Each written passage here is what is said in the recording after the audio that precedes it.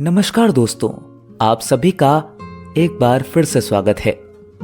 Book audio पर आप सुन रहे हैं डॉक्टर शैलेंद्र श्रीवास्तव जी द्वारा रचित एक लघु उपन्यास अपने हिस्से की जगह, मेरी यानी मंथन रस्तोगी की आवाज में। तो चलिए शुरू करते हैं उपन्यास का 8वां अध्याय। मयूर बिहार में रहते हुए रोजी को 1 साल के लगभग हो गया था जब डीटीसी बस स्टैंड पर अजय से उसकी मुलाकात हुई थी। अचानक हुई मुलाकात में उसे आप बीती सुनाना ठीक नहीं लगा था, इसलिए औपचारिक हालचाल के अलावा अन्य विषय पर बात नहीं हुई थी। अजय चलते हुए अपना विजिटिंग कार्ड देते हुए बोला था, कभी फुर्सत से बात करेंगे। अजय कांत एक बड़े समाचार पत्र में विशेष संवाददाता है। उसे शाम 7-8 बजे संपादकीय कक्ष में बैठना पड़ता है। उसके बाद वह सीधे घर जाता है अथवा प्रेस क्लब चले जाता है। क्लब में पत्रकारों को बाजार से कम रेट पर शराब सर्व की जाती है। यही शौक अजय को प्रेस क्लब खींच लाता है। देर से घर पहुंचने पर पत्नी रंजना अजय पर रोजी के घर जाने का शक करती है, जबकि सच ये है कि रोजी से उसकी 1-2 बार ही मुलाकात हुई है। एक बार वह दिल्ली पब्लिक लाइब्रेरी कोई पुरानी पुस्तक देखने गया था। वहीं उर्दू सेक्शन में रोजी से अचानक मुलाकात हुई थी। उस मुलाकात में अजय रोजी से जानना चाहा था कि वह लखनऊ छोड़कर यहां दिल्ली में नौकरी क्यों और कैसे कर रही है। उसी मुलाकात में उसने अपनी दुख भरी कहानी सुनाई थी।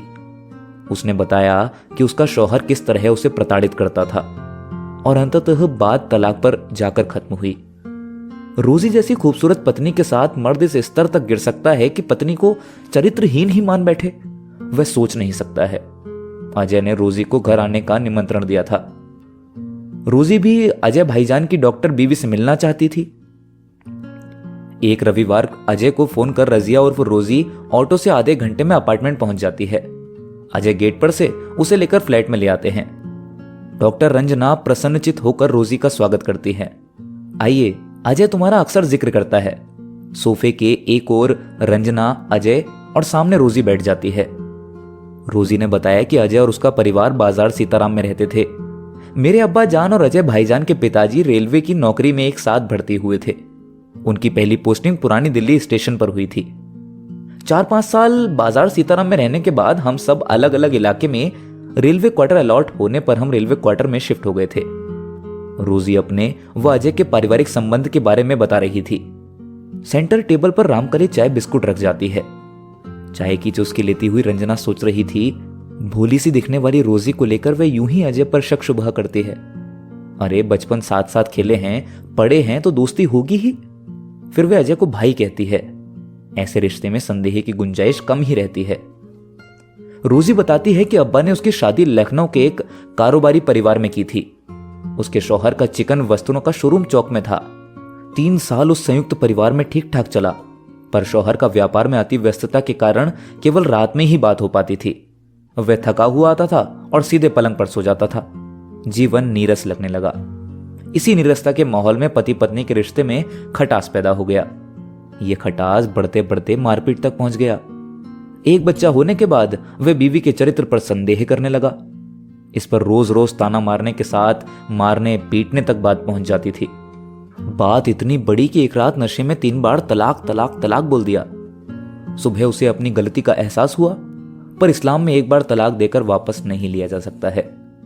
इसके लिए हलाला जैसी कुरीति से गुजरना पड़ता है। इसमें औरत को ही जलील किया जाता है, जबकि गलती मर्द की होती है। यह नारी अस्मिता पर चोट है जिसे मैं स्वीकार नहीं कर सकती थी। तलाक को मंजूर किया, पर हलाला पर नहीं राजी हुई थी। तलाक के बाद मैं दिल्ली आ गई और जीजा के सहयोग से लाइब्रेरी साइंस का कोर्स कर दिल्ली पब्लिक लाइब्रेरी में जॉब कर रही हूं। मेरा एक बेटा 7 साल का है, उसी के साथ जिंदगी चल रही है। रोजी की दास्तां सुनती हुई रंजना भी उसमें खो गई। उसे लगा कि जैसे ये सब उसकी जिंदगी में घटा हो। अजय ने रंजना को गहरी सोच में डूबा देखा तो ध्यान हटाने के लिए रामकली को आवाज देकर 1-1 कप चाय के साथ पकौड़े लाने को कहा। 2 बार चाय पीकर डॉक्टर रंजना से विदा लेकर रोजी चली गई। डॉक्टर रंजना सोफे पर बैठी सोच रही थी कि पति पत्नी की लड़ाई में रोजी को ही सब कुछ झेलना पड़ा है। पुरुष सत्ता समाज में जीत पुरुष की ही होती है। वह घर में ही रहता है। गृह त्याग स्त्री को ही करना पड़ता है। मुस्लिम समाज में तलाक स्त्री का संसार छिन्न भिन्न कर देता है। उसे पति की संपत्ति से स्वतः बेदखली हो जाती है। भरण पोषण के लिए केवल मेहर की राशि पाने की हक रहती है, जो नाकाफी होता है। डॉक्टर रंजना सोचती है कि शादी के बाद यदि पति को अपना घर छोड़कर पत्नी के घर रहने की रीति होती तो तलाक के बाद मर्द को घर निकाला होता। रोजी को लेकर रंजना परेशान हो उठती है। रोजी नारी अस्मिता की लड़ाई लड़ रही है। वह स्वतंत्र जीवन की हिमायती है, मर्दों की दुनिया में प्रतिरोध का सिंबल है। रंजना की सोच भंग करने के लिए अजय ने उसके कंधे पर हाथ रखते हुए बोला, किस दुनिया में खो गई? खाना खाने का समय हो गया है। रामकली ने डाइनिंग टेबल पर खाना लगा दिया है। खाना खाते समय भी रंजना चुप रही। उसके भीतर कोई चहलकदमी कर रहा है, जिसकी पदचाप सुनने की कोशिश कर रही है। अजय उसे फिर टोकता है, किस सोच में पड़ गई? कहीं कुछ हो तो नहीं गया है? मैं डॉक्टर हूं, मुझे कुछ नहीं होने वाला है। रंजना ने हंसकर कहा, कहीं कुछ जरूर गड़बड़ है। तुम्हारे मस्तक पर रेखाएं सिकुड़ी क्यों हैं? अजय ने कहा, 2 दिन पहले एक औरत अपने तथा दोनों बच्चों के ऊपर तेल डालकर आग लगा ली थी। 80% जली हुई अवस्था में अस्पताल में लाई गई थी। काफी प्रयास करने पर उसे बचाया नहीं जा सका। कल वह मर गई।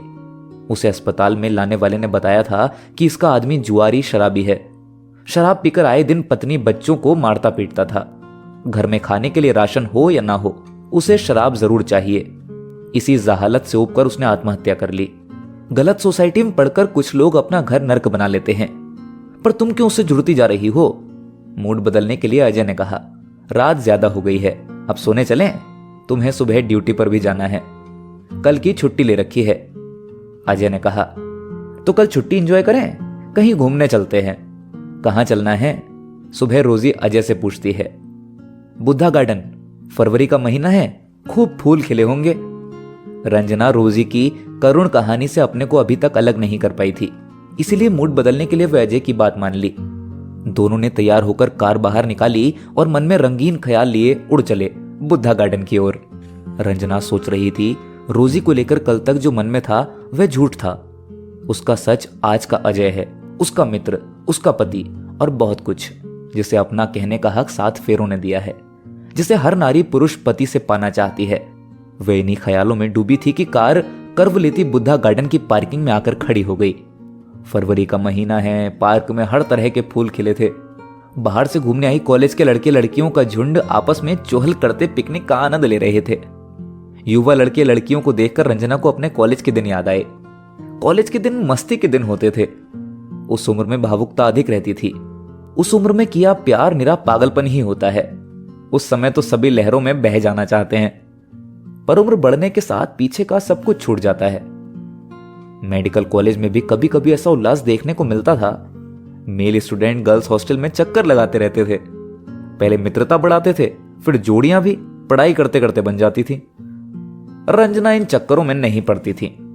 वह पढ़ाई में लीन रहती थी। उसे बहनों का सपना पूरा करना था। फिर भी एक शेखर था, उससे बात करने के लिए तरह तरह बहाने बनाकर हॉस्टल में मिलने चला आता था। रंजना भाव नहीं देती थी, क्योंकि उसे अपने करियर की चिंता अधिक रहती थी। पार्क के एक छोर में एकांत में बैठने के लिए मेहंदी के पेड़ थे। 2-3 प्रेमी जोड़े सटकर बेढंग से बैठे सपने बुन रहे थे। अजय और रंजना भी ऐसे ही एक झुरमुट की आड़ में बैठ जाते हैं। दोनों काफी देर तक बेफिक्र एकांत का नाजायज फायदा उठा रहे थे। सूरज व्रत में सरकता पश्चिम में आ गया। डूबने के पहले सूरज लाल होने लगा। अजय बोला, उठो चलते हैं। अंधेरा होने से पहले सिक्योरिटी वाले पार्क खाली कराने आ जाएंगे। पार्क से बाहर निकलकर अजय कार को कनॉट प्लेस की दिशा में बढ़ा देता है। अभी तक आप सुन रहे थे डॉक्टर शैलेंद्र श्रीवास्तव जी द्वारा रचित लघु उपन्यास अपने हिस्से की जगह का 8वां अध्याय, मेरी यानी मंथन रस्तोगी की आवाज में। आगे की कहानी के लिए बने रहिए बुक ऑडियो पर।